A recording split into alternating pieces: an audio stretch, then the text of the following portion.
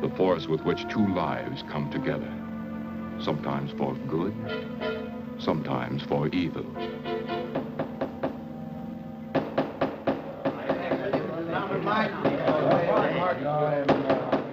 I say, Williams, out of line now. I'm definitely against it. Seems to forget we have our stockholders to answer to. Phone Mrs. Williams, Della. Tell her to be ready in about an hour, and I'll pick her up. Yes, ma'am. You phone San Rafael and see if those papers are on the way over from the executive. Yes, Will.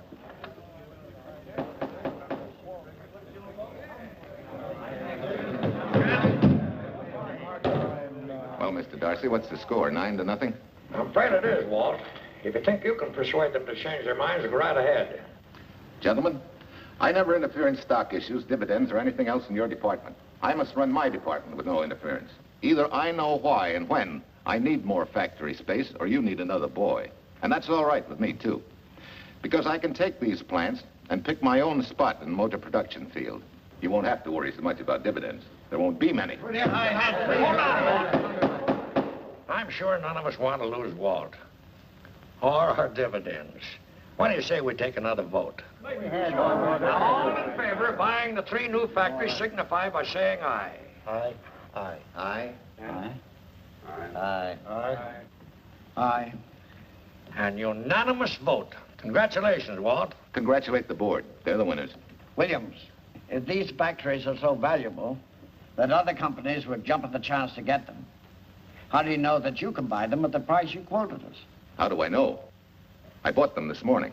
Good morning. Della, I was asked to rush this up for Mr. Williams.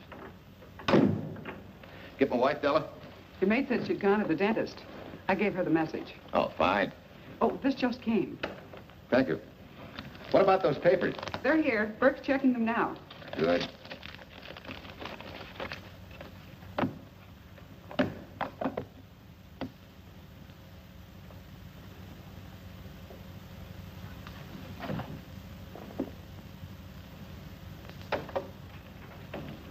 Congratulations, Walt. Take a look at Clause 4. Those provisions haven't been clarified yet. Oh, no? I wanted to leave for Tahoe right away. Get Judge Deering on the phone, will you? Never mind. I can get faster action if I run out to San Rafael myself and stick with them till they're right. Yeah? Mrs. Williams on 3. Oh, put the blueprints of that new diesel in, will you? I want Jackson to see him. Hi, Duchess. I'm afraid now we won't be able to leave till about 5 o'clock. What? You're not going with me, but I counted on it. But I thought as soon as Dr. Harris took care of whatever it was, I'd feel better. I don't. Stupid thing still aches, and I certainly wouldn't be a very desirable driving companion. Now, seriously, darling, you run along and buy your little factories and hurry home. I'll send you back to the office. And cheat me out of my goodbye kiss? Not a chance. I've got to drive over to San Rafael. I'll stop on the way. Love me? Bye, dear.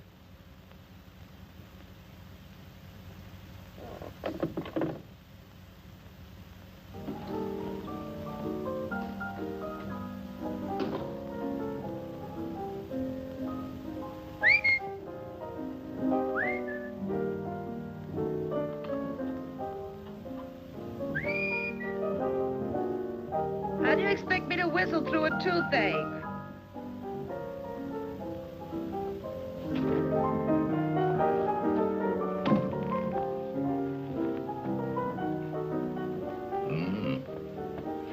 Nothing in the whole world smells as sweet as you do, Duchess. Certainly don't feel sweet. I was grouchy as an old bear. Well, old Doc Williams can give you something to fix that. Close your eyes. Relax now.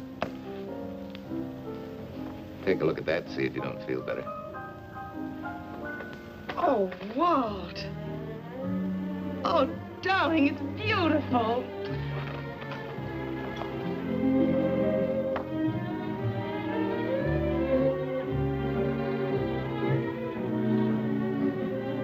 Not bad. Not bad at all. You know, to quote my wife, I like monograms on things. It shows they belong to me, unquote. When did your wife say such a thing, Mr. Williams? About 6 years ago, when I married her. She gave me the first monogrammed shirts I ever owned. Those were the words on the card. I still have it. I certainly hope your board of directors never discovers what a softy you are. They won't, don't worry. I have only one vulnerable spot. What really happened this morning? All I got out of Della was that you stalked out of the office with blood in your eye and were back in no time with canary feathers in your mouth. Oh, I clipped those birds' wings, but short. No one's gonna vote me down, sweet. Not when I know I'm right. Mm-hmm. But how did you convince the board of that so quickly? With subtle hints, then easy persuasion. Like this. Either I get what I want, or you get yourself another boy. And that's all right with me, too. Walter! What a clumsy ox. I'm sorry, Duchess. Oh, please, sweet, don't be so upset. Oh, if you could have seen your face.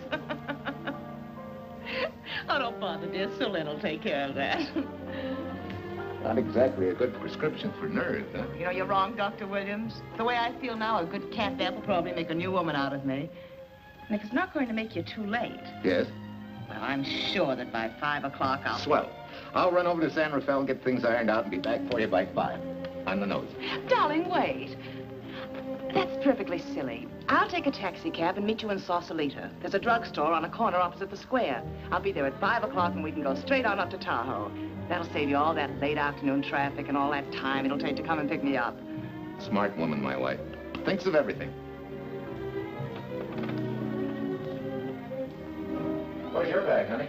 Oh, Sulin still has some things to press for me. Sure you don't mind taking a taxi? Very sure. Sweet dreams, Duchess. See you at 5. I better get going. Bye, honey.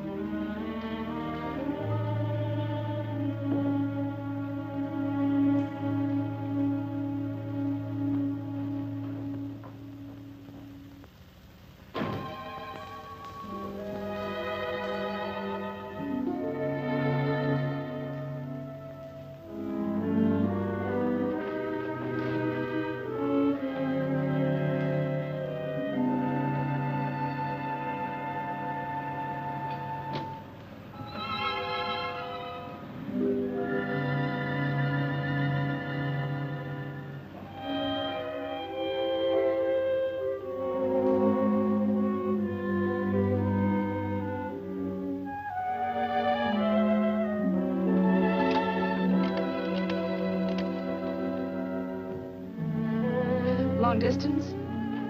I want Berkeley 79721. Hello. Ah, hiya, beautiful. Yeah.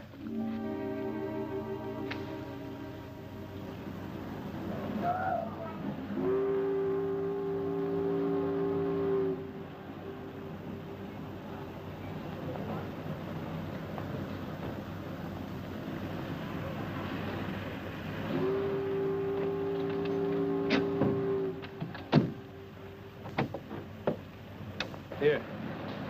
Don't forget, turn this stuff over to a bellboy at the airport hotel in Oakland. Tell him to hold it for Jack Burns. Jack Burns, the airport hotel. That's right, I'll be checking in later. What do I owe you? $1.15 a here. All this stuff back to Oakland. Yeah, here. Buy yourself a new plane. Thanks.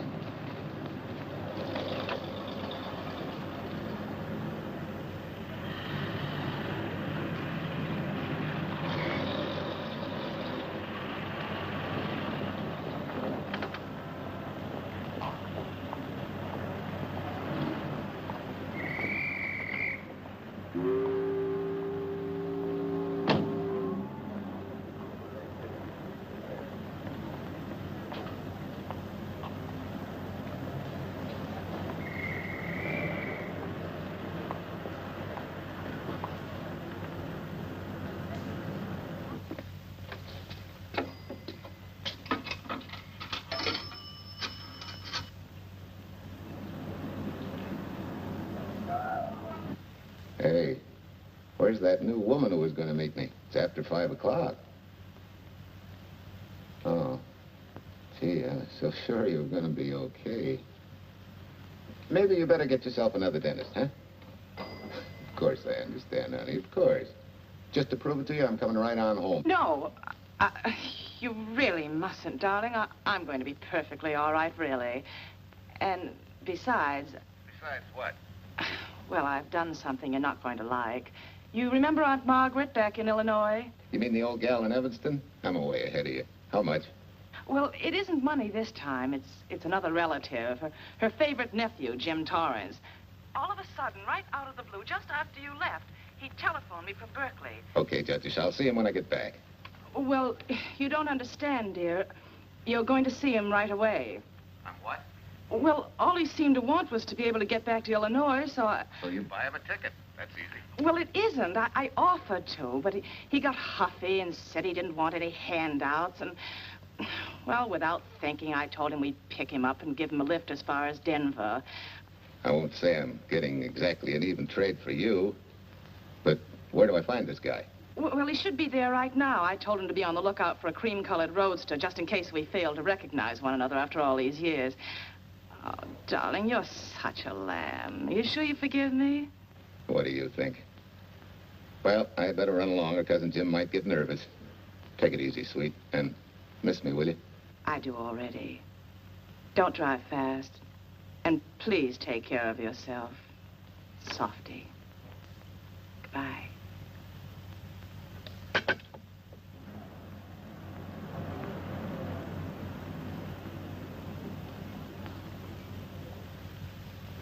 Hello, Della? Yeah, Mrs. Williams wasn't able to go with me. Now, while I'm gone, you see that she gets her roses every morning. That's right. But this time on all the cards, put love from Softy. Yeah, S-O-F-T-Y.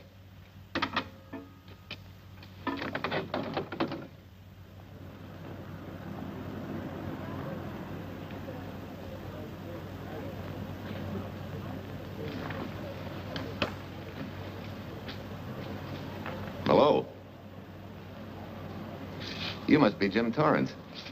Yeah, that's me. I'm Walt Williams. Hiya, Jim. Hi. Where's Irene? Oh, she's a little under the weather at the last minute. Worse luck. Oh, that's too bad. I was hoping I'd see her. Yeah, I'm disappointed, too. Where's your luggage? Oh, I'm wearing it. Less trouble that way.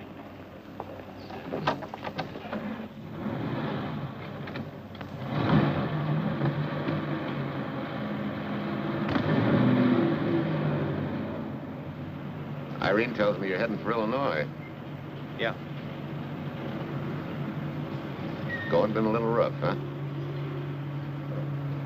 Haven't exactly been worried about my income tax. What's your line, Jim? Oh, guess I'm a better salesman than anything else. You know, I can give you a couple letters when you get back to Chicago. It might help you. It's fine. Little in with the top brass never hurts. What outfit were you with? Patton's Third Army. How was it? Rough. Except for the time in Italy. I kind of liked it there. Patton's outfit never got to Italy. Of course. But most civilians never know or care, and I figured you didn't either. Well, I fooled you that time.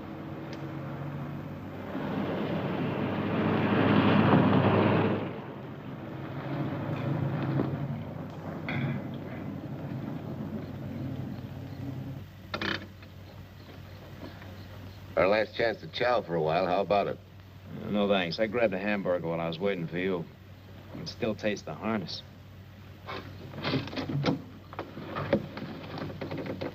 Sure you won't change your mind? No, I'm gonna grab a little shut-eye. Right.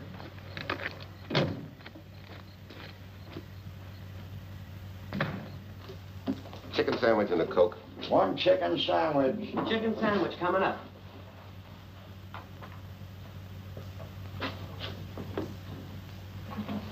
Give me change for $1, will you? Yes, sir.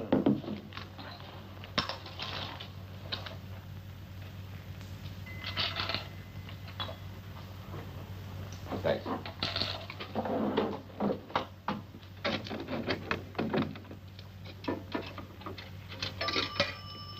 San Francisco. Klondike 2, 6714.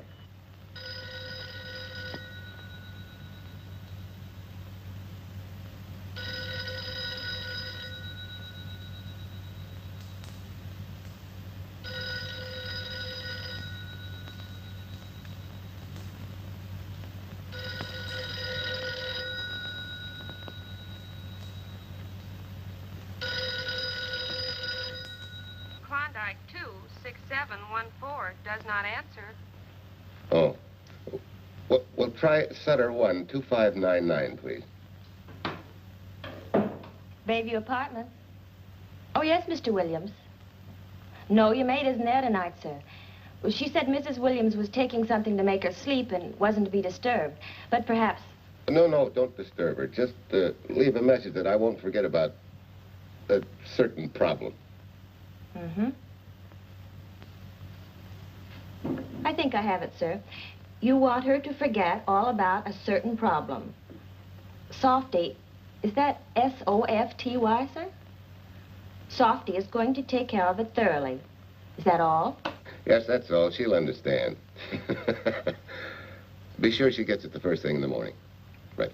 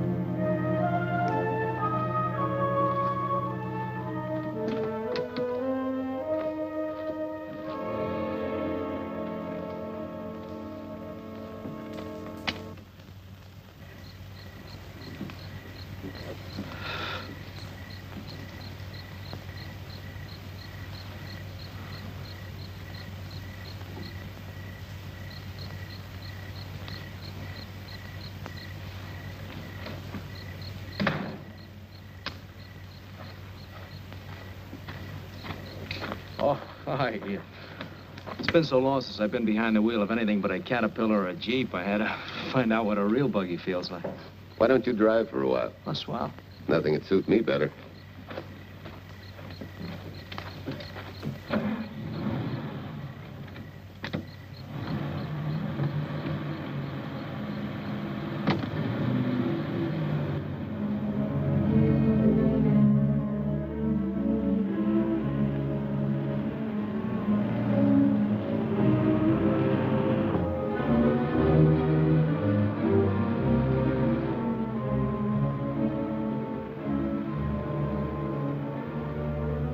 Tell me, Irene still got that little scar on her cheek? That one she got from the fall? Yeah. You can hardly see it now, though. How'd you know about that? She just got it last summer. Thought you said you hadn't seen her for years. Oh, from Aunt Margaret, of course. How else? She always sends me the news in her letters.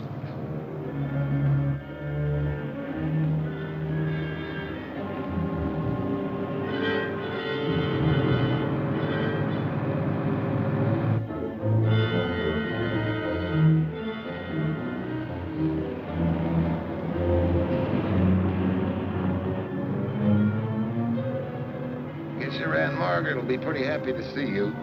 Irene says you're the favorite nephew. Afraid my lovely cousin was just giving me a build-up for your benefit. You don't know Irene. Maybe not.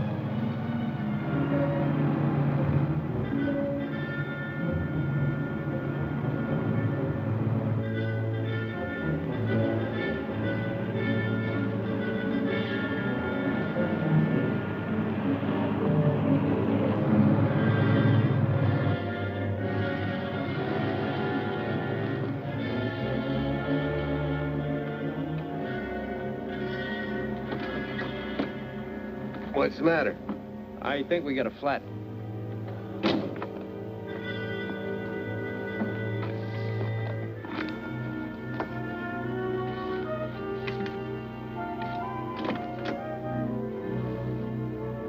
Yeah, flat as a flounder. Oh. Well, let's get to work. Hey, look out there, young fella. It's quite a drop.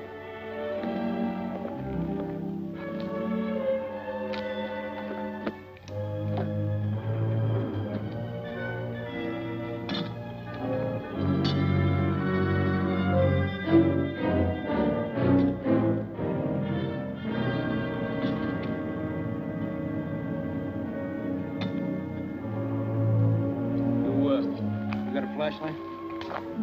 I think I have. Get the jack. I'll take a look.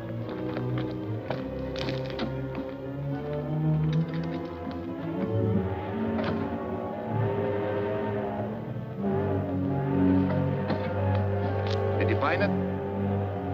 Yeah. Yeah, it won't be long now.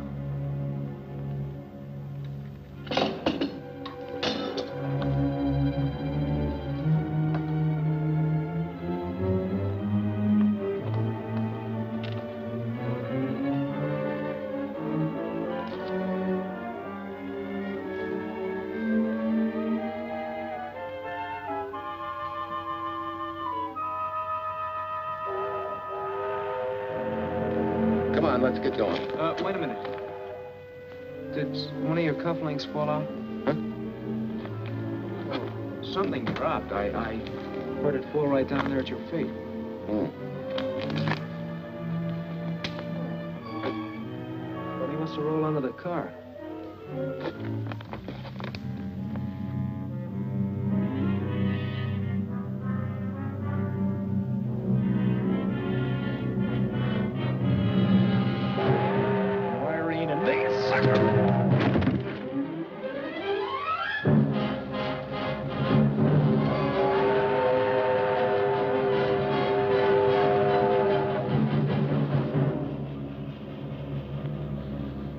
Hello?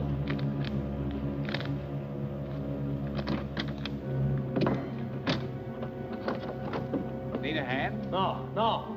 I'm all set now. Okay. Good night.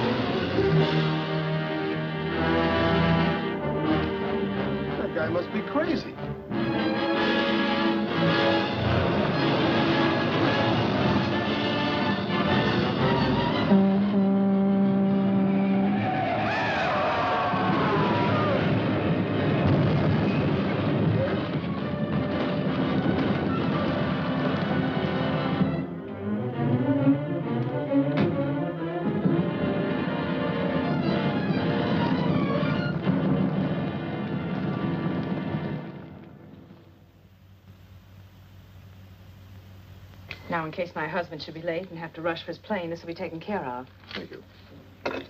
Tell Mrs. Burns the 302.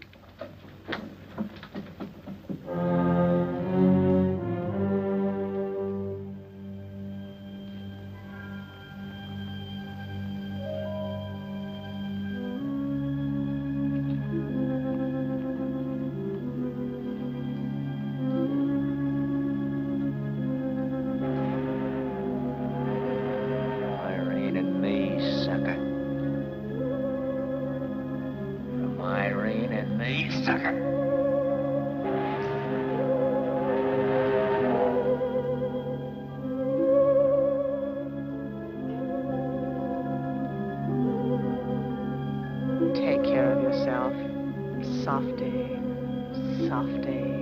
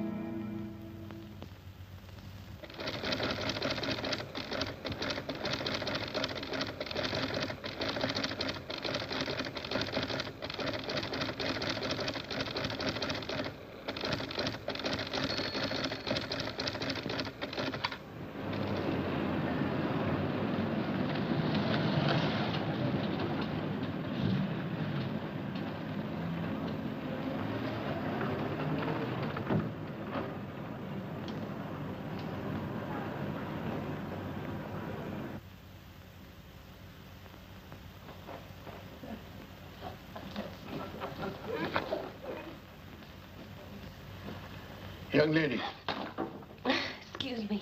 I want to see Mrs. Walter Williams. I'm sorry, sir, but she left orders not to be disturbed. I'm sorry, too. Lieutenant Quincy of the police department.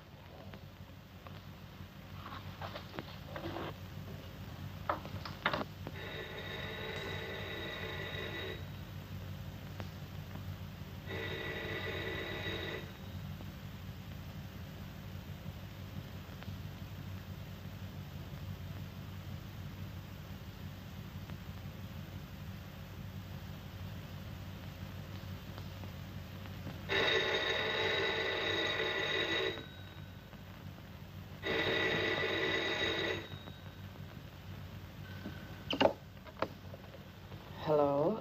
I thought I left orders not to be Oh, I see. Ask him to come up, please.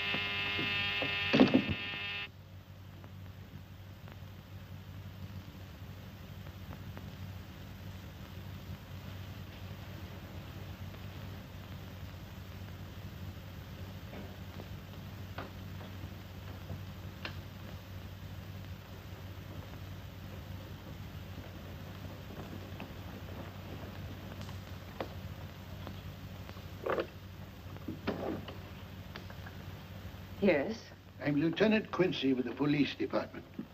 I'm sorry to disturb you at this hour, but may I come in? Of course.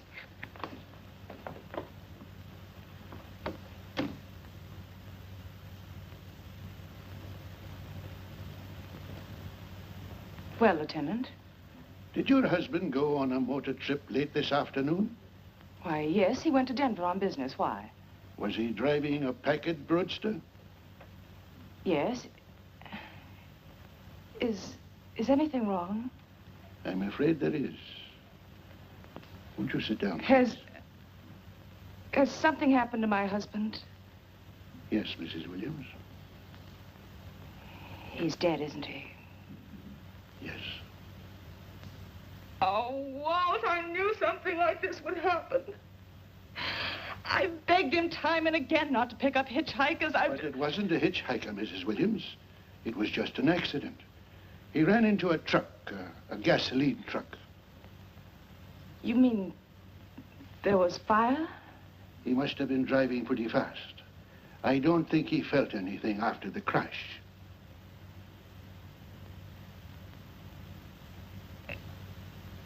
If there's nothing more you need me for, Lieutenant, I think I understand. And may I say you've taken this with a great deal of courage. Good night, Mrs. Williams.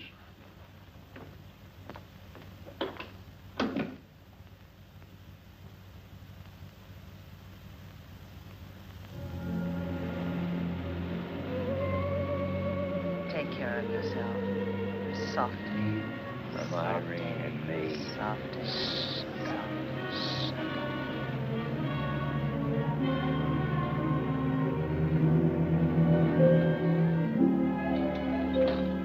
Ready? Yeah. That Williams must have been quite a guy. Yeah, he went to work for Universal Motors as a sheet metal worker. Mm-hmm. Less than 10 years, he's their top production man. Well, he sure went out in a blaze of glory. Yeah. Well, let's go.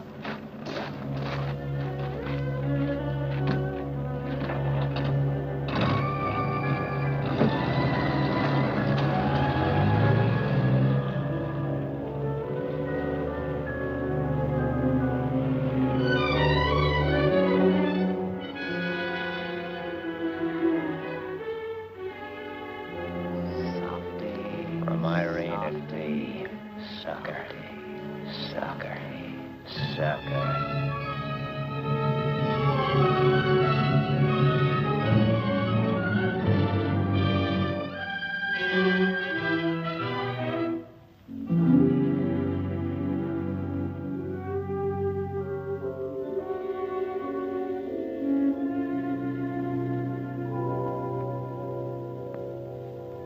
Well, could Mr. Burrs have taken a later plane and still made connections for Mexico City?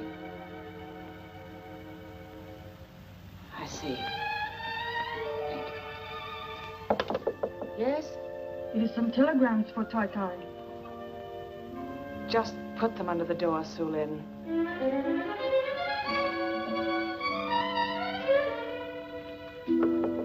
Please, Tai, a policeman Quincy most anxious to see you.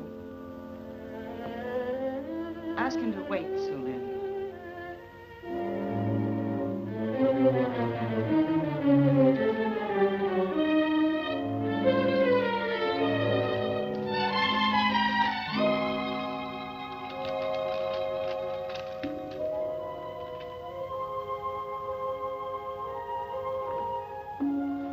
Mrs. Williams will see you presently. Will wait, please?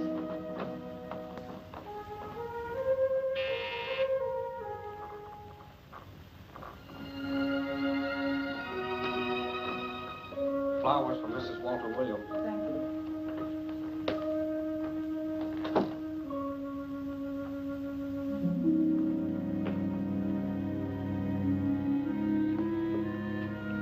Roses like Mr. Williams always sending when he's away.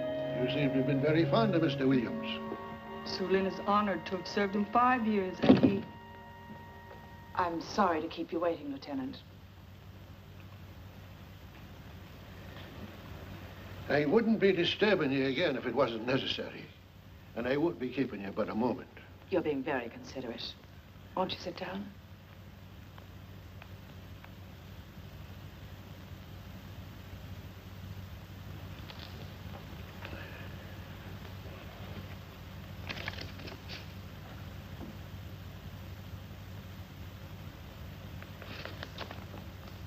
Everyone's been most thoughtful.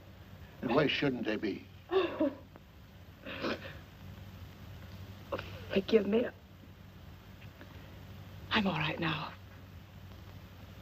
What was it, Lieutenant? The state police would like to have some information. They found some wavy skid marks for quite a distance on the road, as if the car had been out of control when it crashed. Tell me, was Mr. Williams a reckless driver? Why, no. He was a fast driver, but certainly not reckless. Well, was he a heavy drinker? Quite the contrary. Well, what about his health? Could he have had a heart attack and lost consciousness before the accident?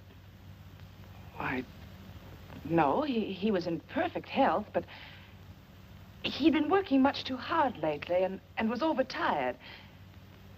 Perhaps he fell asleep at the wheel last night. Oh, poor darling. If only I'd been able to go with him last night, he might still be alive. Well, maybe so and maybe not. You mustn't blame yourself, Mrs. Williams. Fate plays an important part in these matters. Your handkerchief.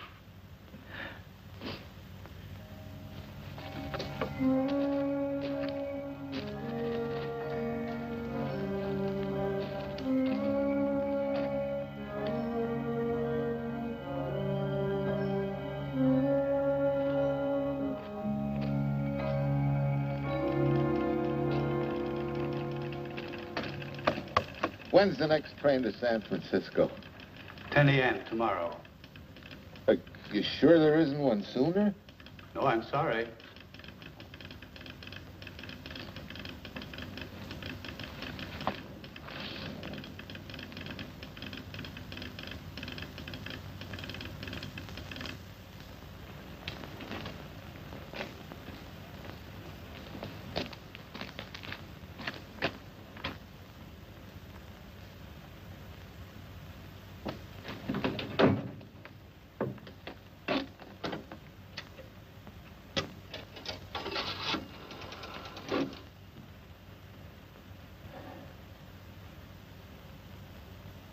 We have a circuit now, sir. Evanston. Calling Mrs. Margaret Hubbard's residence in Evanston. One moment, please.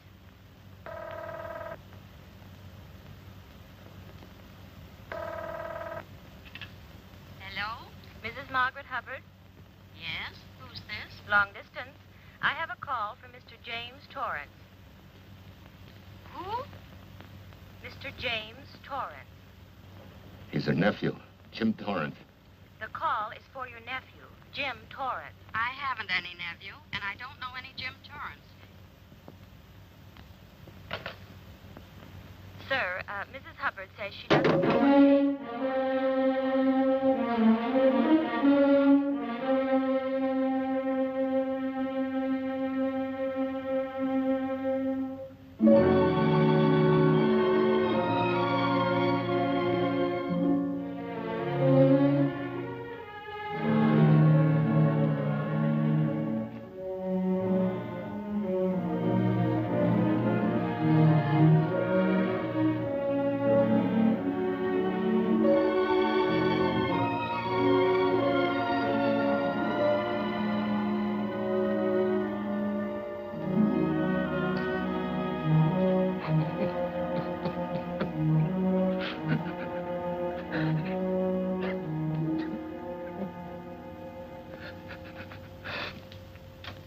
What's the matter, son?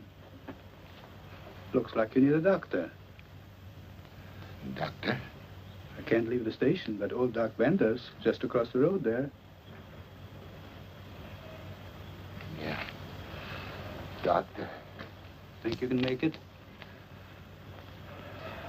Yeah. I'll make it.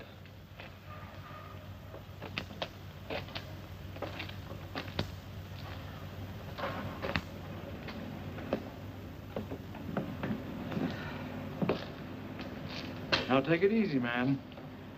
There's some concussion there. You've got to watch your step for a while. Yeah.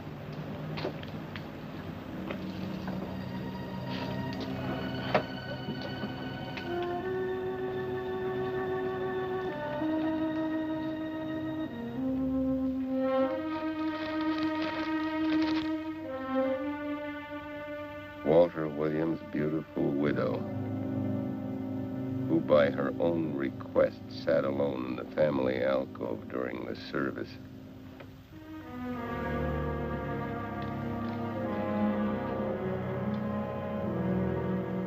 Smart. Someone might have caught her licking her chops.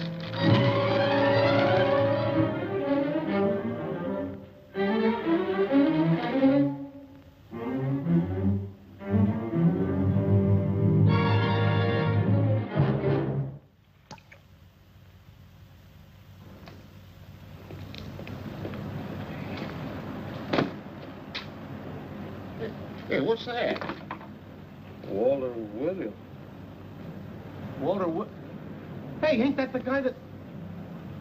For the love of Mike, what's that briefcase doing here? He's dead. They did him a dirty trick if he ain't. Hey, now, wait a minute.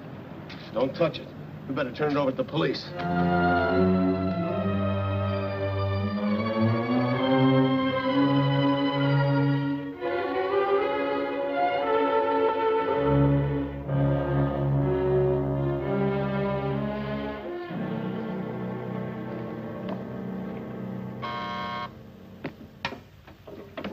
Homicide, Captain Callahan. Oh, yes, Chief. The dope just came in from Washington. The fingerprints are those of a James Torrance. Yeah, I'm putting Quincy on it. Right. This sort of opens up a new can of peas on the Williams accident. There's the FBI reporting the guy. Playing with the lady's affection seems to come natural with him. All you got to do, Quincy, is find him. Yes, that's all I got to do. Last known whereabouts of Jim Torrance was in a moving van somewhere between Sacramento and Points East. Yeah, wait a minute.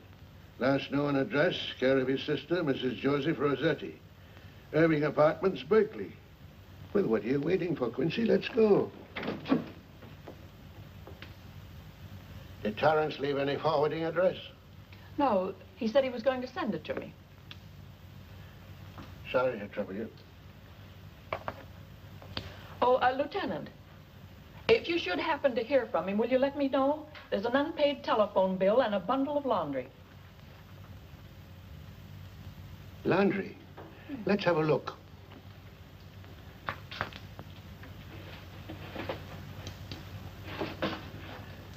I may have to take this along with me. Not without a receipt, you don't. You mean you don't trust the police? In my business, you don't trust anybody. Mine, too.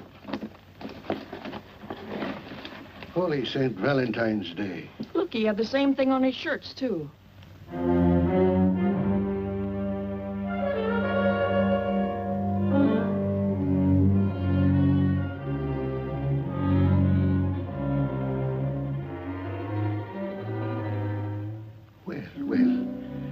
Romance in your late tenant's life. Did you ever see the lady? You know, I never did. But I always knew when she'd been here, the wonderful perfume. I'll lay you 10 to 1 she's a rich widow. Could be. Wait, I'll get you his telephone bill. Pretty fancy stuff for a hitchhiker. Yeah, but he's a pretty fancy hitchhiker. According to the shirt maker, a certain lady in the town had these made special. And they're just like her husband's. Only his initials were WW. Sort of smells, don't it, Cal? Now, take a look at this little item. It was also found in the laundry. I for Irene and W for... Well, it could be for Williams, too, couldn't it? Yeah. Homicide, Callahan speaking. Hello? Oh, hello, Fitz. Hello. What news? Oh, any luck? Both days, huh? Swell. Have it typed up and sign it. This report of Fritz will be a nice little topper for this pile. His checkup shows calls from Torrance's phone to Williams's private number, and a flock of them going the other way, including one on the 7th and several on the 8th. The 8th, in case you've forgotten, is the date of Walt Williams' accidental death. Well, that ought to be enough to get an indictment out of the grand jury. Go pick her up. I'd like to play a long shot first. It might give us 2 for 1. Well, take him one at a time. A bird in the hand. He's not going to lead us to its mate. I'd like to give the lady a little more rope. Well, Thanks. I thought you'd agree.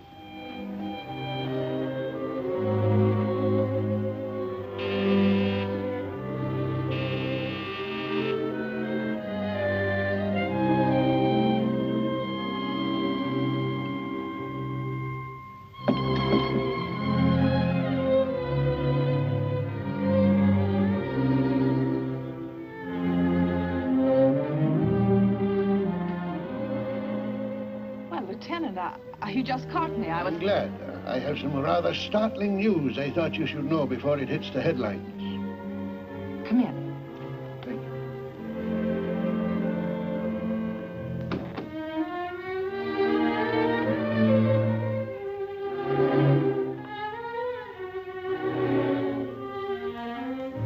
Sit down, won't you, Lieutenant? Thank you. I'm very anxious to hear about this news.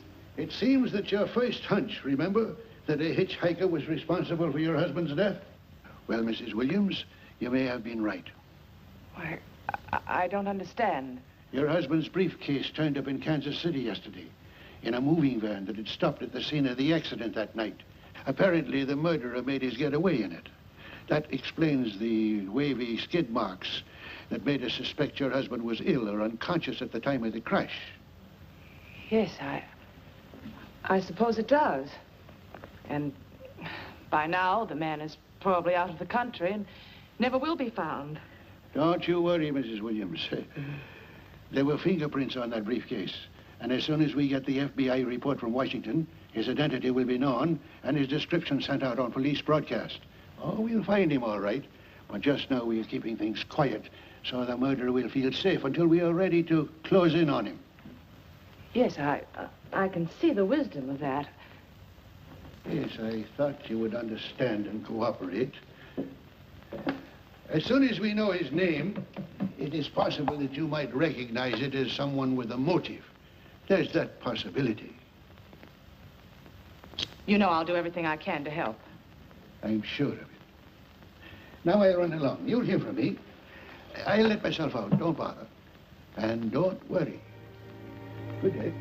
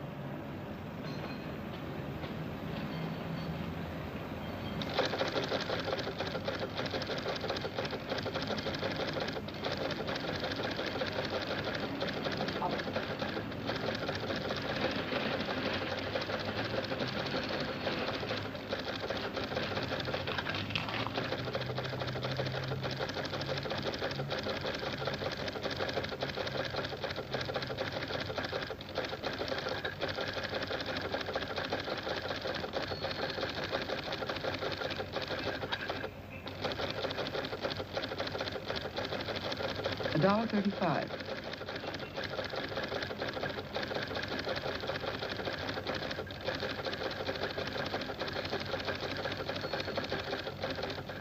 See, everything after the letter J in the first name has been obliterated by heavy writing over it. The only impress letters legible are those between words or before them, like RNS at the end of this name here, and the Hotel Santa here before the word Evanston. Well, Tom, don't you think it's about time you retired? Why, there isn't even evidence there of Mrs. Williams' intent to communicate with Torrance. And who do you think she'd be to pass to the telegraph office to wire to? The League of Decency? I'll tell you what I think, that you should have brought her in when I first told you to. By the time you get her now, she'll have figured out a way to tip Torrance off. He'd be that much tougher to find. Not unless she's tipped him off from your office. Ernie's got her on ice waiting for you.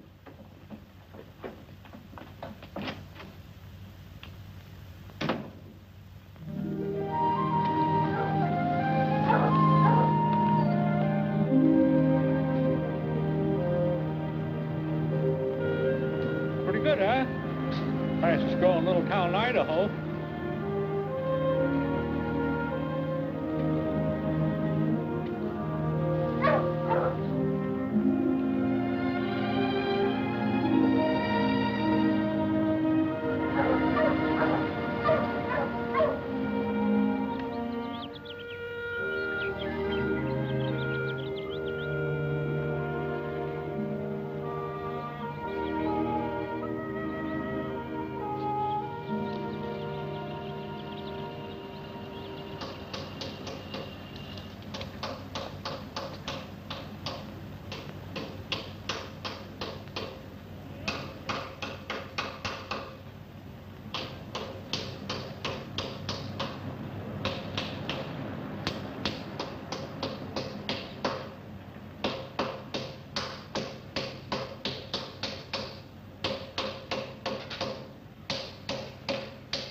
Have a heart, son. You trying to wreck that engine? Oh. Sure. It's a hobby of mine. The way you're going at it, you can't miss.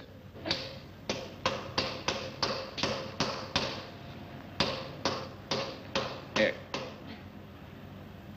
I just can't let you ruin that beautiful motor.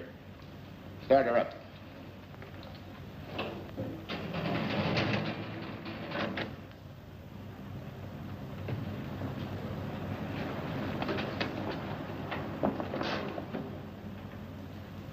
Okay, start her up.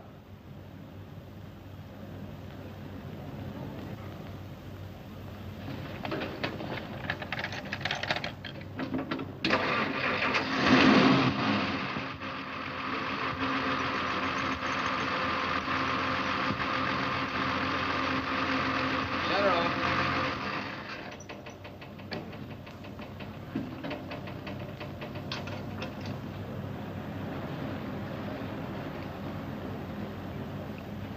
You're certainly not a mechanic by trade. Hands like that. Maybe it's a hobby of mine.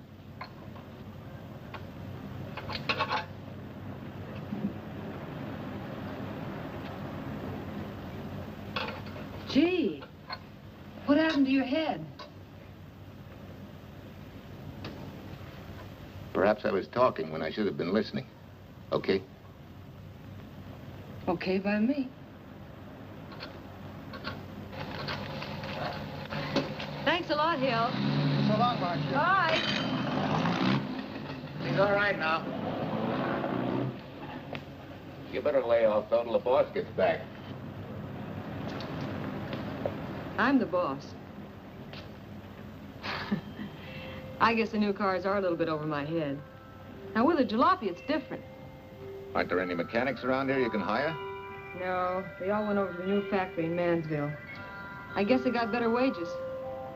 Tough break. Yeah. How much do I owe you? Oh, forget it. Well, I'll be shoving along. Well, at least have a cook in the house. You might as well. Marcia, can I use your phone a minute, please? Sure, help yourself, Uncle Ben. Never rains but what it pours. 650, please. Flat tire this morning. Now the danged engine stalled on me. Nice and cold. Wilson's garage? No, I did not give you the wrong number. Fine thing using my phone to cheat me out of repair bills. Aren't you ashamed? Gave you the wrong number. 650, please. You're a nice girl, Marcia Peters, and your ma's a fine woman. And I'll always buy my gas and oil here. But you ain't never gonna tinker with my car again. Busy? Busy. Always busy. Yeah. Wait a minute. We're not so busy. Would you like to do another good deed and give Uncle Ben a hand? Why not? Where is your car, mister? Maybe I can help you. Why, are you a good mechanic? Very good. And very reasonable. Well, just what you need, girl. Better hire him. It's an idea, Uncle Ben. Come on. Thanks for the Coke. Sure.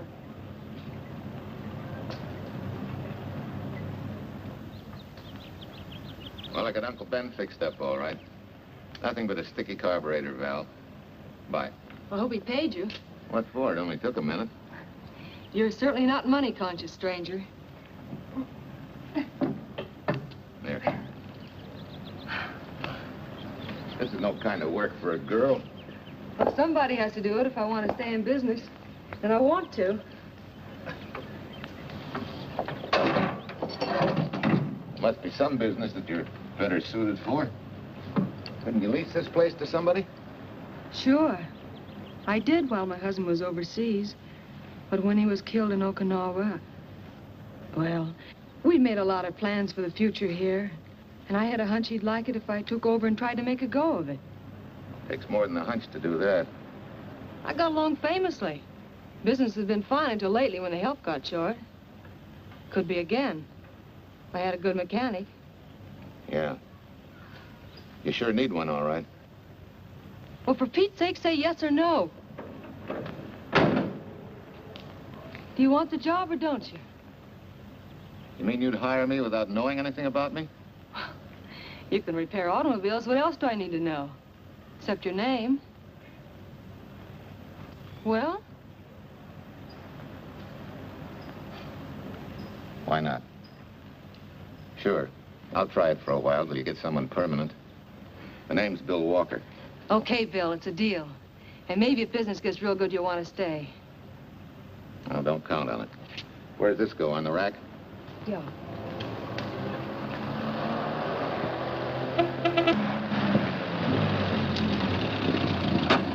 Marcia! Marcia! It happened! It's a boy, 8.5 pounds. Pair of shoulders like a prize fighter. Well, congratulations, Papa. How's Jane? Ah, perfect. Everything's perfect. Gotta get down to the store and tell the gang. Almost forgot. Oh, gee, thanks, Ed. I'm sorry, I won't have enough for the gang. Yippee!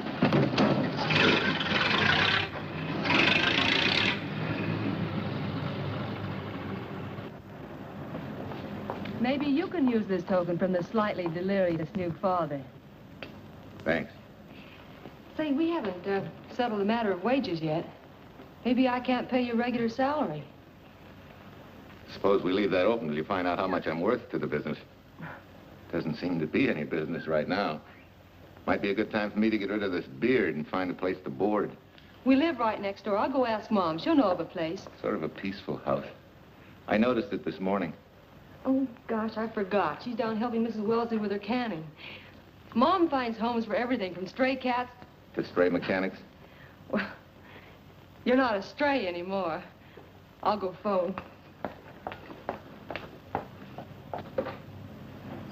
Pearl? 674, please.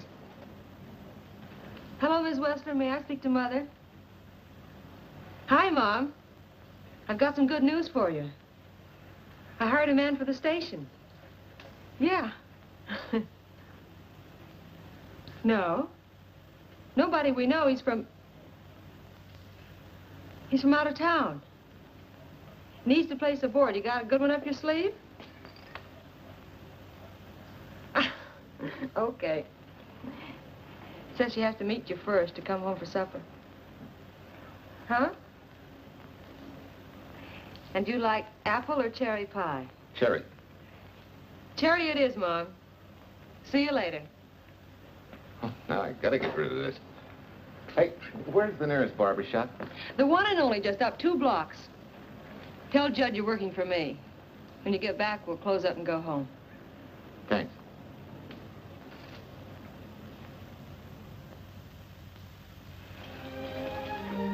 Well, that's real nice. You must have had a good bringing up, young man. Thank you for the young man. We thank thee, O Lord, for thy bounty, and ask thy blessing on this food and on the new friend who shares it with us. I hope you're good and hungry, Mr. Walker. Who wouldn't be? Mark, she eats like a sparrow, with all the hard work she does. May I have your plate, please? Well, she can start taking it easy now. Boss, the help. Thank you. She never takes anything easy. Has to put her whole heart and soul into everything she does. Well, now that you're through with me, Mom, how about Bill? Have you thought of a place for him to stay? Well, why can't he stay right here? We have a spare bedroom going to waste. And I think you like my cooking. Like it? That's very kind of you, Mrs. King, but it seems an imposition. Imposition, nothing. That's good business. I can get back what I pay you in board and room. Well, Marcia, what a thing to say. If you'd like to stay, we'd like to have you. We have some more vegetables. Mrs. King, you have a boarder. May I have a biscuit, please? Oh, excuse me.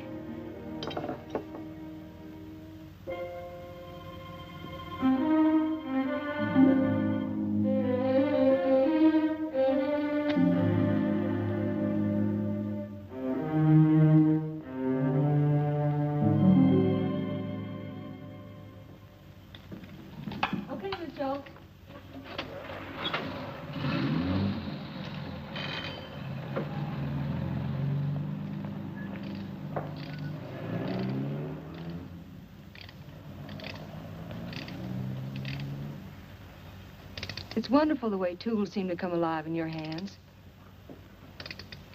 You seem to sort of come alive, too. As though you got real pleasure out of working with them. I do. When you're doing a job with them, you can't think of anything else. Bill, if something's bothering you, why don't you get rid of it? What would you prescribe, doctor? Amputation. For that stupid chip on your shoulder.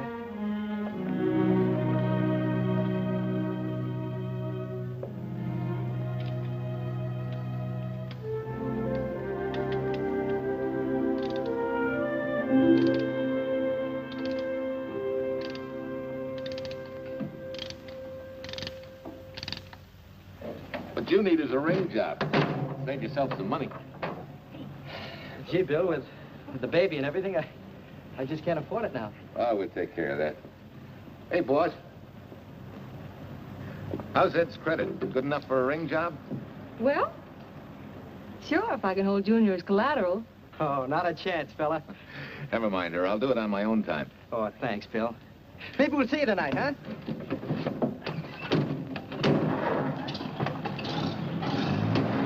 Some shoulders, huh? Yeah. Some father, huh? Bye, Marcia. Bye, Marcia. Bye. Nice kids. Hey, was Ed clowning about their being hard up? No. Things have been pretty tough for him ever since he got out of the service. Fix a car for him, Bill, and only charge him for the labor, okay? Then he gets it for free. I'd already figured on knocking that off. Say, we could make it an anniversary present. Anniversary of what? Junior's arrival, and mine, 3 months ago today. Time certainly flies. That was a lucky day when you came to MP service. Your work's been bringing in a lot of business. I'm glad of that. Hated to have fallen down on Mom and you. Say, look, boss, why don't we three celebrate tonight and go to the movies? Ed said he and Jane were going. Well, that lets Mom out. She'll be babysitting. I'd love to go, Bill. I haven't been in ages. Here's your opportunity. Go to work. Extra! Irene Williams, held for murder! Read all about it! Extra! Irene... This is Sheila Graham with the latest news of the shocking Williams murder case. While beautiful Irene Williams is held for trial, charged with conspiring to kill her late husband, the police are searching for James Torrance, believed to be the lover of Mrs. Williams and her partner in the horrible murder of Walter Williams.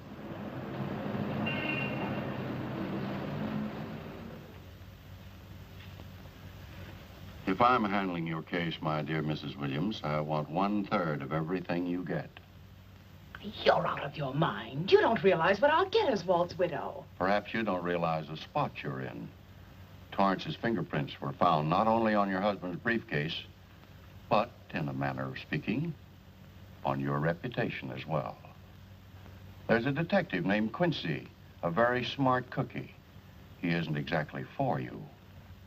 Frankly, Mr. Warner, I'm beginning to wonder if my attorney is for me. Underestimating the enemy's ammunition would scarcely be wise. Now, if we can get to trial before Torrance is found, they'll never get a conviction. But... But what? If he shows up, we may have to fry him. Oh, no. Let's not cross that bridge until we have to. But if it comes to a choice, we're not going to burn, are we?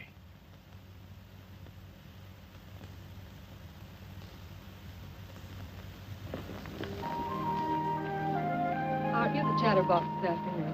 What about this afternoon? Oh, I'm sorry, boss. I guess it was wool gathering. You're only supposed to do that in the spring. Is there anything you don't know? Yes. What's San Francisco got that we haven't? Better newspapers, for one thing. Anyway, California's supposed to be the land of opportunity. I thought that by now you liked it here. I do. Very much. It's a good town. Nice people. Swell boss. Thanks. We like you, too. No fooling, Bill. You'd be surprised how many people ask questions about you. What kind of questions? Oh, where you came from, do you have any family, and do you like it here, and are you going to stay? Al Knox asked me at the movie last night if you wanted to join the volunteer fire department. Just interested, friendly things. I suppose it is natural for people to wonder about a stranger who moves into their community, like I did. You know, I've been thinking, maybe it wasn't such a good idea, you and I going to the movies last night. It's all right being seen in the station and here with Mom, but... You get used to that in a town this size. They're always trying to marry people off. You just ignore it, and after a while they forget about it. I'll go get cleaned up for supper.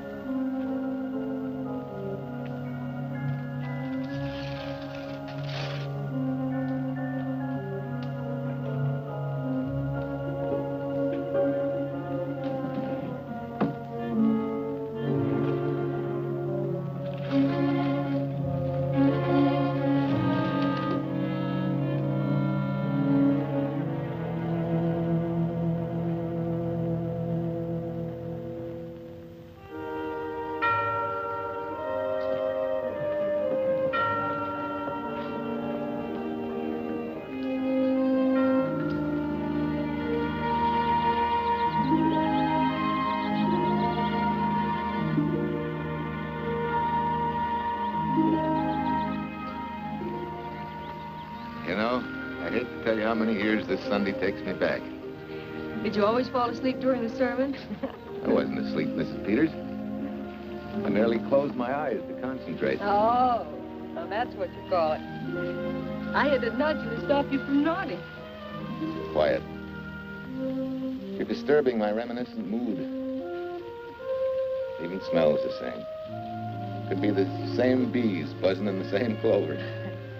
As they say, you can take a boy out of the country, but... A rolling stone gathers no moss.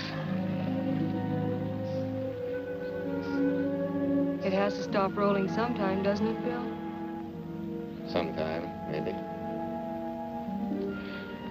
We grow a very becoming shade of moss here in Larkspur. Don't you think? You grow a lot of nice things here. Anyone in particular? You'll have to skip the answer to that one. Someone tore it out of the book. You're married, aren't you, Bill? Yep. That's right. You must have loved her very much to have been hurt so deeply. To be so afraid of someone, even yourself.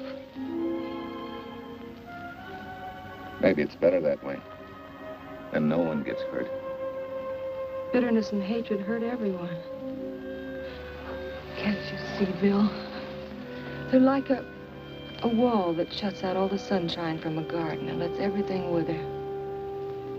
Make room in your heart for something else, can't you?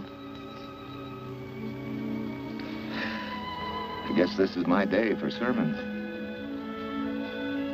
Sorry. As Mom would say, you never get rich minding the other fellow's business. Hey, that's a flyer. I'll be seeing you.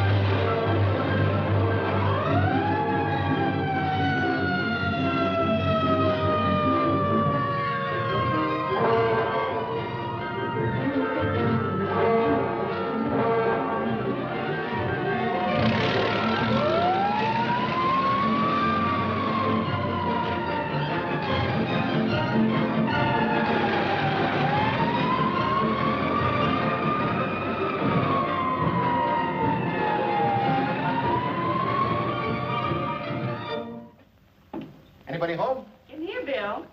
Mrs. Wesley sent a couple of jars of peaches. Said you helped her can them. Oh, thank you.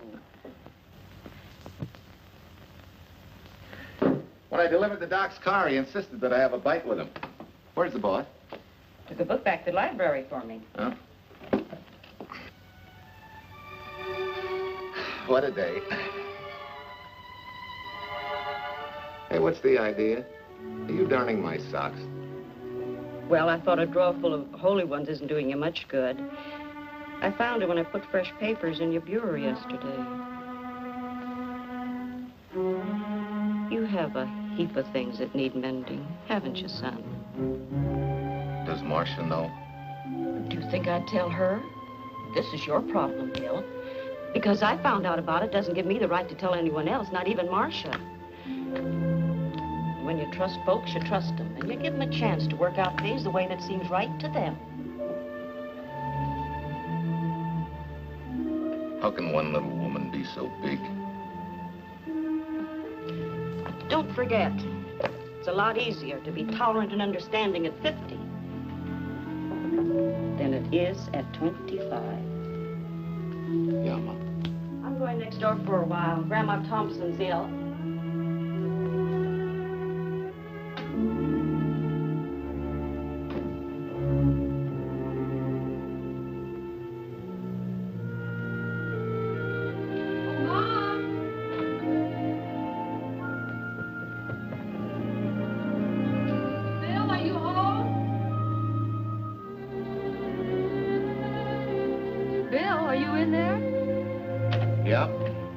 Next door, Marcia. Hi. Do you work awfully late? Oh, about 6. Anything wrong? Come in. I want to tell you something. I'm checking out. Has something happened? No, just... I'm doing what I should have done a long time ago. Moving along. But why, Bill? My name isn't even Bill. There isn't any Bill Walker. I'm Walter Williams. The late Walter Williams. Walter Williams? I don't understand. You may not even after I've told you, but at least you'll know the whole story. Sit down, please.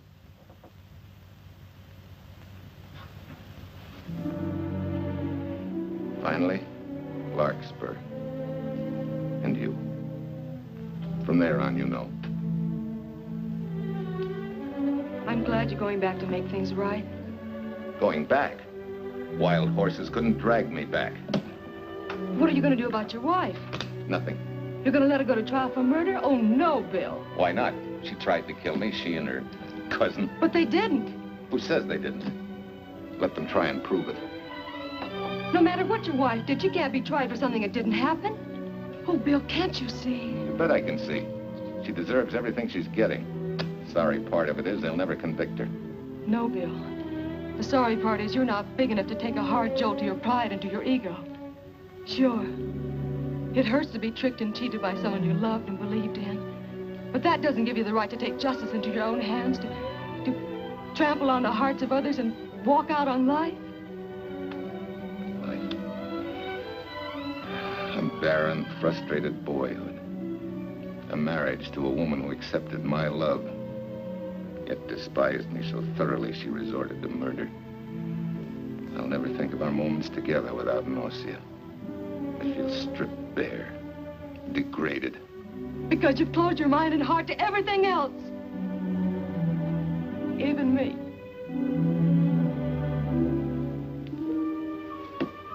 Oh, Bill, please.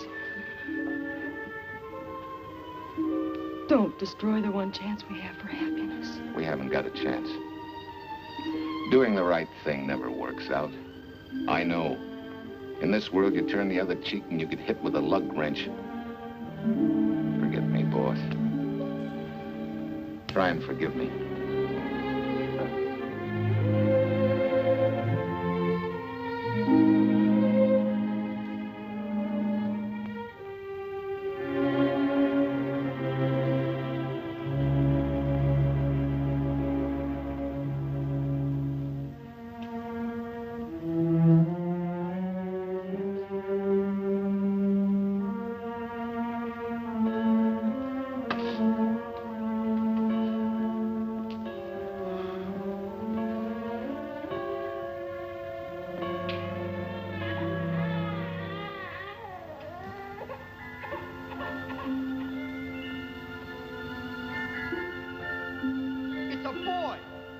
Shoulders like a prize fighter. You know, I hate to tell you how many years this Sunday takes me back. You have a heap of things that need mending, haven't you, son?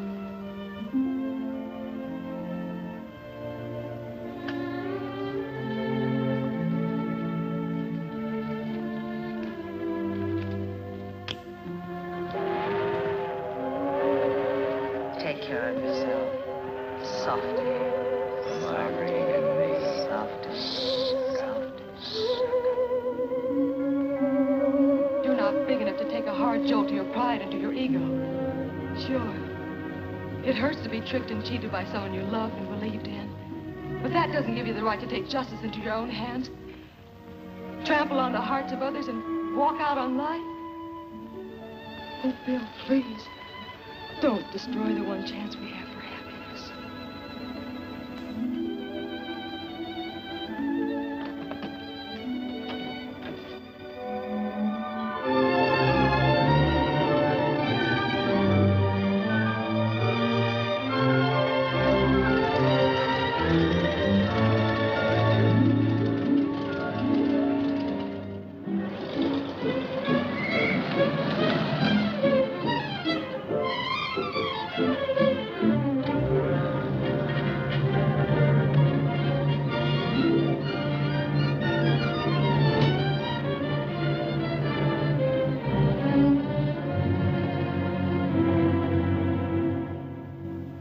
Mrs. Peters was kind enough to come along to substantiate at least the Larkspur portion of what I've told you.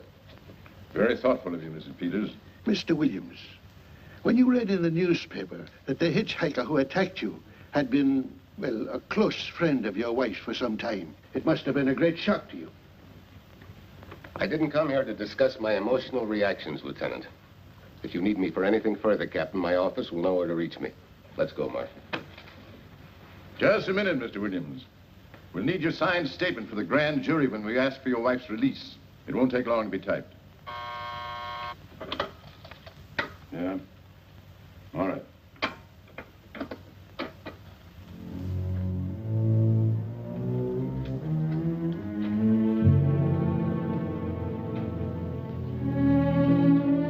Come in.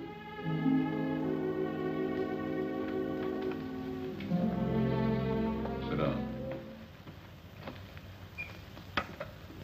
Mrs. Williams, we have news for you. Really? I can scarcely wait.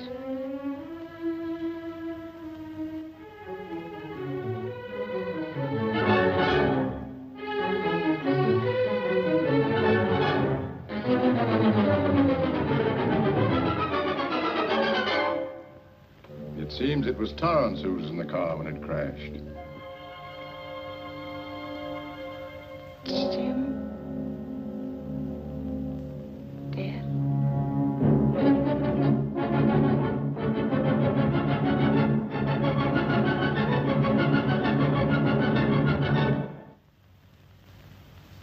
You did it. You killed him. No. He tried to kill me. Thought he had. And he ran into the truck. It was an accident. An accident? You wait all these months to tell this story. You let me rot in this filthy jail. Wait a minute. You let everybody believe you're dead. Pretty convenient, wasn't it? A dead man can't be tried for murder. Mr. Williams, perhaps your wife would understand better if you would explain to her about the amnesia. Amnesia? Oh, don't tell me you believe he had amnesia. Where's he been all this time, just wandering around in a daze? Tells us he's been in Locks for a little town in Idaho, working as a mechanic in a service station, run by Mrs. Peters here.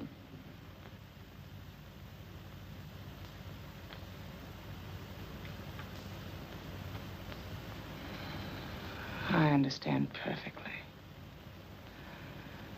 Now that my chance for happiness is dead, I suppose you'll demand the divorce I begged you to give me so that I could marry Jim. That's fantastic.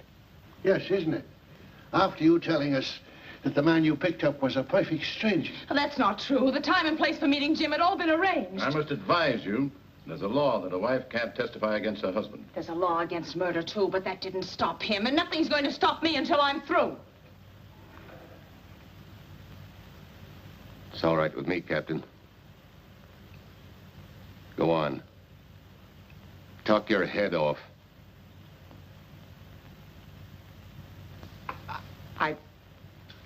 I was to have gone with him to Denver. He insisted on it, although I was quite ill.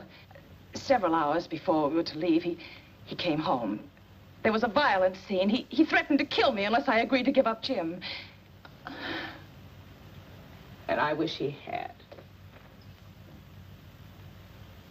This is incredible. Not one word that she has said is true. Then you've nothing to worry about.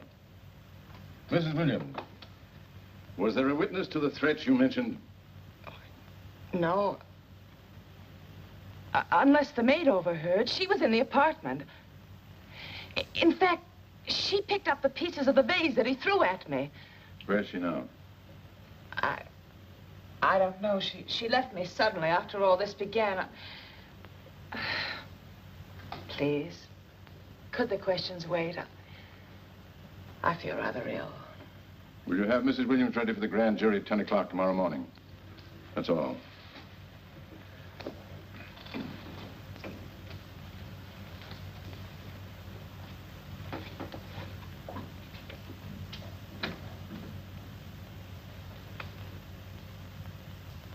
We're going to hold you too, Williams. On what charge? Suspicion of murder. But he's not guilty of any of these things. Then it should be easy for him to prove it. Take it down and book him. That fiction of Mrs. Williams must have been very convincing. No, we just couldn't buy that yarn you tried to sell us. Let's go.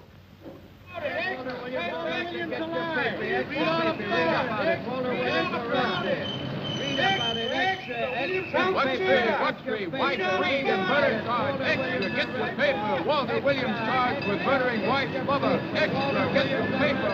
Irene Williams goes free. Husband held. Extra, get your paper. White, Reed, and murder charge. Walter Williams charged with murdering White's mother. And Daly's going to cover Williams' office. Okay, boys, hop to it. I want all I can get by 10 a.m. tomorrow for the grand jury.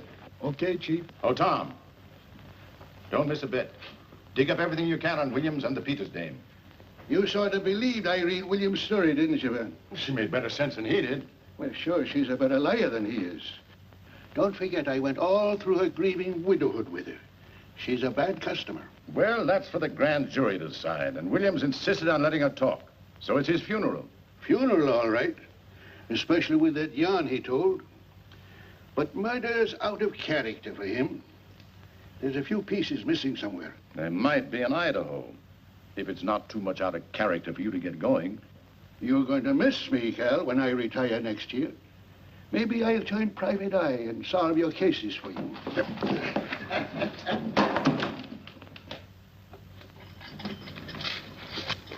Hi, Williams. Mr. Williams? Thanks. Got a deal from the bottom here, don't you? Sorry, William. Okay, Williams.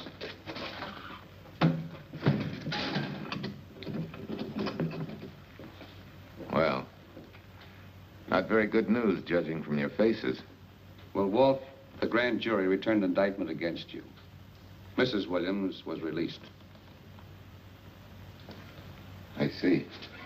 Now, don't you worry, Walt. We'll have you back at work where you're needed, and in short order. Come on, Eldridge. There's a visitor waiting far more attractive than we old fogies. We're just leaving, Mrs. Peters, but remember, don't hesitate to call on me for anything. Thank you so much.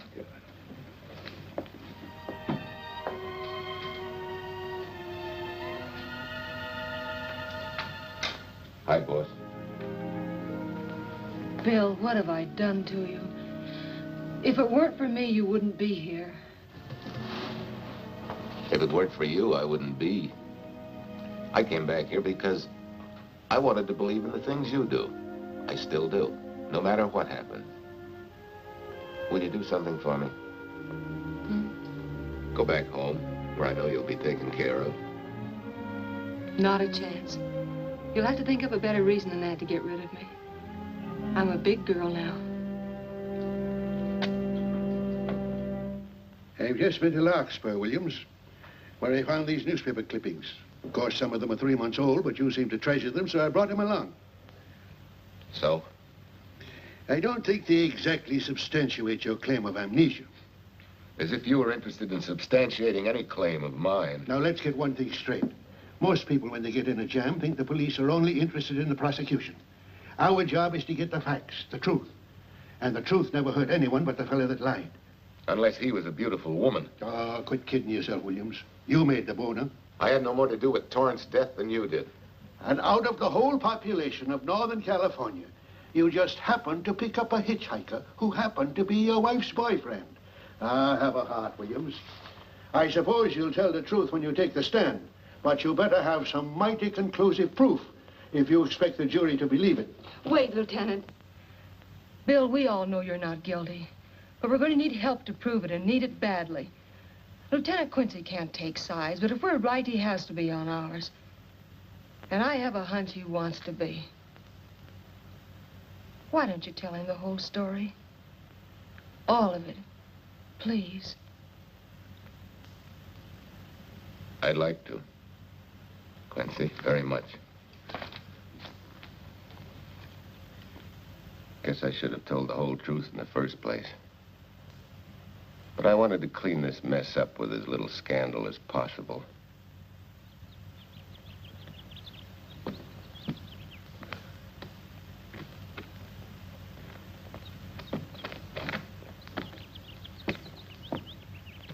Well? No sign of the lug wrench or anything. My dear Mrs. Peters, will you please stop trying to be a detective? How many times do you think the police have combed this spot for any kind of evidence? Now, be a nice girl. Take Mr. Williams' advice. Go back to Larkspur. What time is it? It's only 4 o'clock. We still have time to go back to town and go on our hunt for Sue Lynn. Now, look here, young woman. You've had me on the run since early morning. But, Lieutenant, the maid seems to be our only hope now. We've got to keep looking till we find her, that's all. That's all? Wait. She was naturalized, wasn't she? Suffering chopsticks. Quincy, you dumb flatfoot. This Sue, what's her name, was Chinese born. If her port of entry was San Francisco, there'd still be a file on her, photo and all. Let's go. Back to town. Immigration.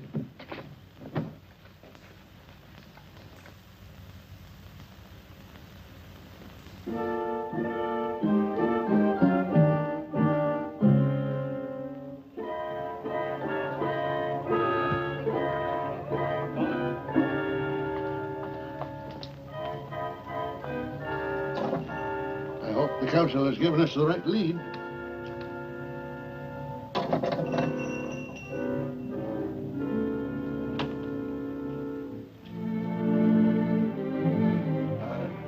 You are Singh? Understand? You savvy English? Also French, Italian, and Hebrew. May one ask what is desired? We're looking for Su Ling Chung. The Chinese consul said you were her uncle and might tell us what she is. This daughter of my brother, has she offended the honorable police? Oh, no. They just wanted to ask her some questions about Mr. Williams, the man she used to work for. Ah Singh's heart is heavy that he cannot lead you to her. But things that are not known cannot be told. Well, if you hear anything of her, report it to headquarters.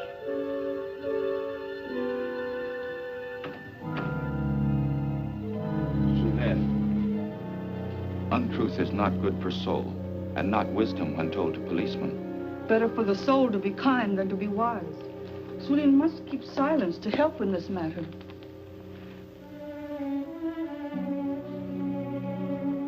You know, you're quite a gal.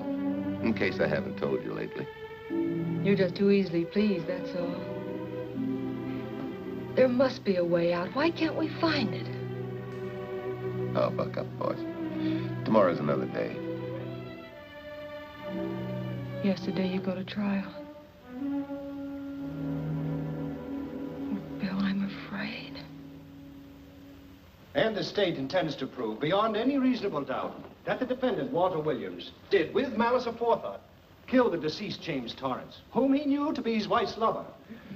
And that with his victim dead beside him, he drove his car into the course of an oncoming truck, jumping clear himself some seconds prior to the crash. And subsequently, he made his getaway in the back of a loaded furniture van. And for 3 months, as Bill Walker, he laughed at justice when it imprisoned his unfaithful wife for conspiracy in his own murder.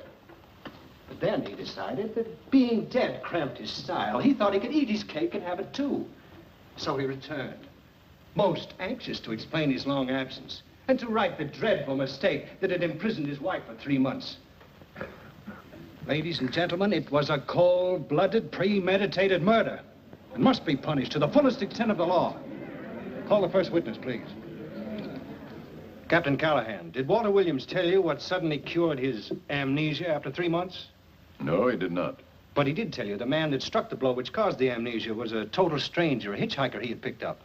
Yes? And that he knew nothing of this man's identity or relationship with his wife until he suddenly recovered from his amnesia and heard or read the details. That's what he said. That's all. Thank you, Captain. Your witness, Counselor. No questions. No. I saw no signs of amnesia, but definite concussion. He was a bit evasive in answering questions, but not vague or unsure. In your opinion, Doctor, could this head injury have been caused by a fall? Yes. If the head had struck on some object, such as a stone or a metal pipe. That's all, thank you. Your witness. Dr. Bender, are you familiar with a tool known as a lug wrench for changing automobile wheels? I'm afraid I am, sir. I've had a regular epidemic of flat tires lately. Well, then, in your opinion, could this head injury which you treated have been caused by a blow from a lug wrench? Yes. It could have been caused by that, too. Thank you, Doctor. The ones with the earliest dates, you will notice, are heavily creased, as though they'd been carried in a wallet or a coat pocket. Thank you. Lieutenant Quincy, will you kindly tell the court where you found these newspaper clippings? In the bedroom occupied by Mr. Williams and Mrs. Peters' home in Larkspur, Idaho. Is this your handwriting, Miss Revere? Yes, sir. And that's the message, at least our record carbon of it. Would you read it to the court, please? June 9th, 8:32 p.m. Message from Mrs. Walter Williams, Penthouse D. Mr. Williams called, said he wants you to forget all about a certain problem, that Softy is going to take care of it thoroughly. Was there any other conversation? Well, I just asked if that was all, and he said yes, she'll understand, and sort of laughed as if it were a joke and hung up. Some joke killing the wife's boyfriend. That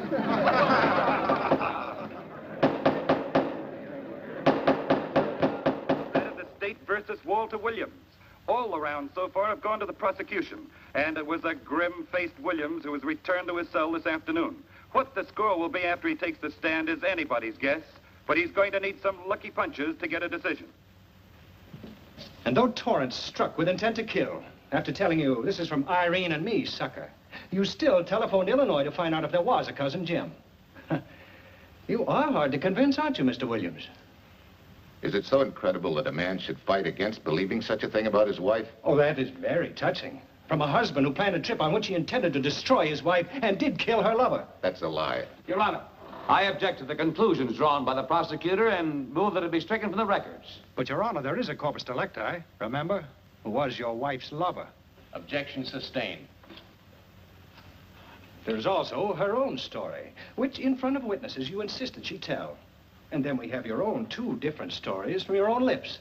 One featuring a perfectly strange hitchhiker, the second an equally strange cousin Jim, without a questionable substantiation for either bit of fiction.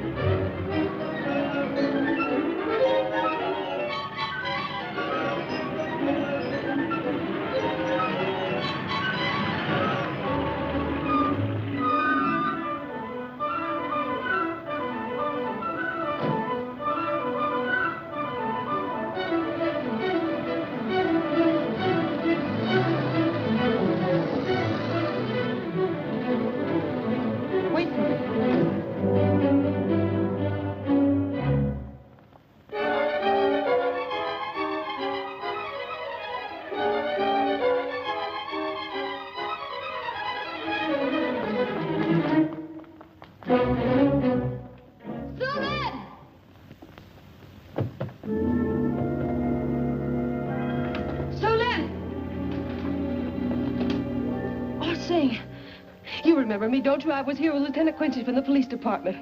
I just followed Sulin up the stairs. I saw her come in here. You must be mistaken. I'm not mistaken. She's here. I must see her. Our thing, don't you understand, is to save a man from prison, even from death. I will send her to you.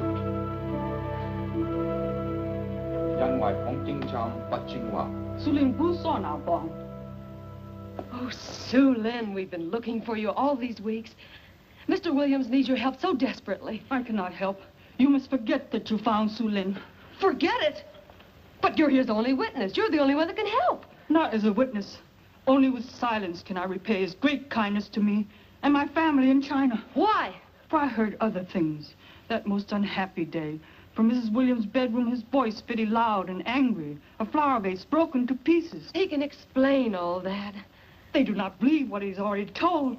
That I heard anything would do harm. Don't you see?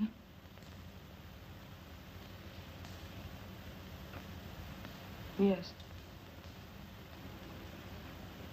Much sorrow comes from women who know not honor and truth. And Mrs. Williams, she's not true, even to that Torrance man. What made you say that? That night when he was killed, her sickness was but wall of falsehood, behind which she could go secretly to a meeting place. You mean she went out that night? Sulin, are you sure? Yes, because next morning in her bedroom I found street shoes that had been worn. Her coat on the closet floor, with its sleeves turned inside out, as though removed hurriedly. And in one pocket, a door key to some hotel. Sue Lynn, that's it. Proof that she and Torrance had planned to meet that night after he killed Mr. Williams. What hotel was it? Oh, I don't remember.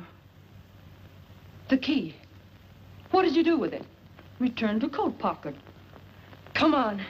We'll get to Lieutenant Quincy. He'll know what to do. And pray, Sue Lynn, every step of the way.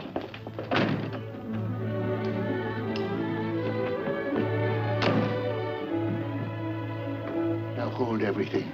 Even if this long shot don't work out, we'll just keep on pitching.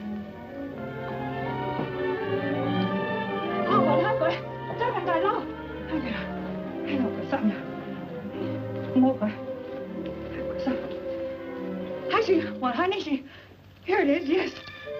Room 302, Airport Hotel, Oakland. Maybe we got our miracle. A special little Chinese one. It is to hope that Sue Lynn was of small help to Mr. Williams. Oh, Sue Lynn. Come on, copper. Next stop, Oakland. I set the little lady's hotel rendezvous. I was on night duty then, all right, but I sure don't remember a looker like this. Quite a dish, eh? A little too highly seasoned for my digestion, thanks. Lieutenant, just found a couple of cars for room 302 on June 9th. George Baxter, checked out at noon. Mr. and Mrs. J. Burns. Room not slept in. J. Burns. Burns. Look, Quincy. The handwriting on the card is identical to that on the photograph. And here's a little boy, the same thing. The cover-up telegram to Aunt Margaret. Now look at the impressions. J here, and here RNS. J. Burns. That's the name she started a telegram to. Room not slept in. Say, I got that dame pegged now, Lieutenant. She said they'd be out of the room by midnight as her husband was catching a plane.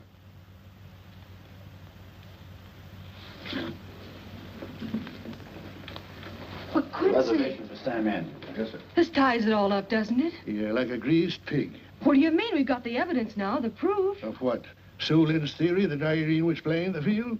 This evidence only proves that she came here to keep a date with a man named Burns. We can't even prove that he didn't keep the date. But you know he didn't. There wasn't any Burns. It was only a name that she and Torrance used. Fine. If you can prove that, Williams will be free. But none of this will prove it. Sorry, copper, but we are just up another blind alley. Well, ain't. Yes, sir. There's a couple of sample cases from Mr. Sam Andrews. Came up from the station this morning. Take them to Parlor B right away. Sure thing, sir.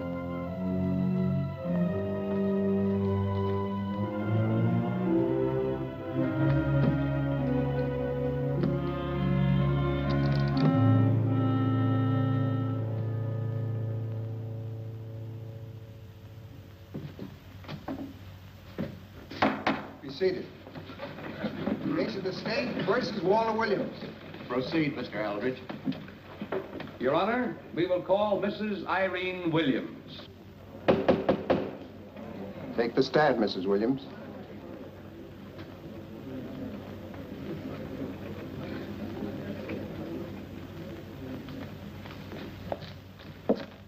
Raise your right hand. You solemnly swear that testimony about to give in this cause to be the truth, the whole truth, and nothing but the truth, so help you God? I do. Hey, what cooks? The defense calling her? Mr. Eldridge, what's the purpose in calling this witness? Merely for purpose of identifying handwriting. Now, Mrs. Williams, this photograph of you... Was stolen from my apartment. So, according to the inscription, to Walt, my adoring and adored husband, Irene, this belongs to Mr. Williams. This is your handwriting, isn't it? Of course. I'm touched that he should have wanted it so badly. And this telegram, addressed to Mrs. Margaret Hubbard. Was that also your handwriting? It is.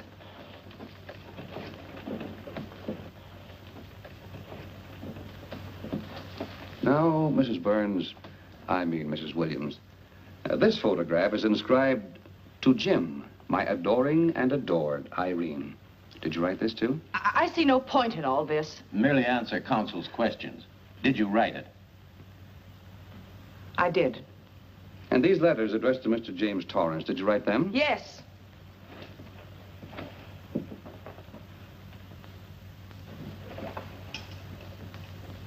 And this monogrammed garment, A gift from you to Mr. Torrance? Why must I be tortured again by all this? I never made any secret of my love for Jim Torrance.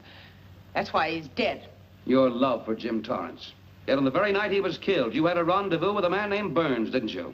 I don't know what you're talking about. I don't know any man named Burns. I was at home that night, very ill. Oh, yes, the sleeping pills. Well, you must walk in your sleep then, for you spent at least part of that night at the Airport Hotel in Oakland, where you registered for Mr. and Mrs. J. Burns. Don't waste the court's time trying to deny it. This is the registration card that you signed at 9:20 p.m. And there's the room clerk who assigned you to room 302.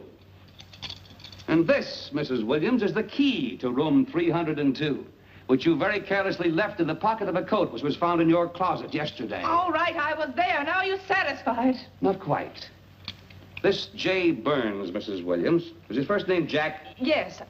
Have you been in contact with him lately? No. How long since you've seen or heard from this Jack Burns? Well, I don't know. I don't remember. You bet she doesn't remember, because there isn't any Jack Burns, and there never was. That was an alias for Jim Torrance. And it was Torrance who was to have met you that night, after your charming little plot to kill your husband had been duly executed. It's not true. It's not true. I have bad news for you, Mrs. Williams. I can prove it's true. These pajamas, these letters, this picture, all of which you identified for the court, were found in this suitcase, which is full of the clothes and personal belongings of Mr. James Torrance. And the suitcase was found in the baggage room of the Airport Hotel, where it's been held since June 9th. And it says on this tag, in large print, hold for Jack Burns. That is all, Mrs. Williams. Just a moment, Mrs. Williams. Your Honor, in view of the evidence presented, we now ask for a dismissal of the state's case against Walter Williams. And we intend to charge Irene Williams with conspiracy to commit murder against her husband, Walter Williams. Oh, no.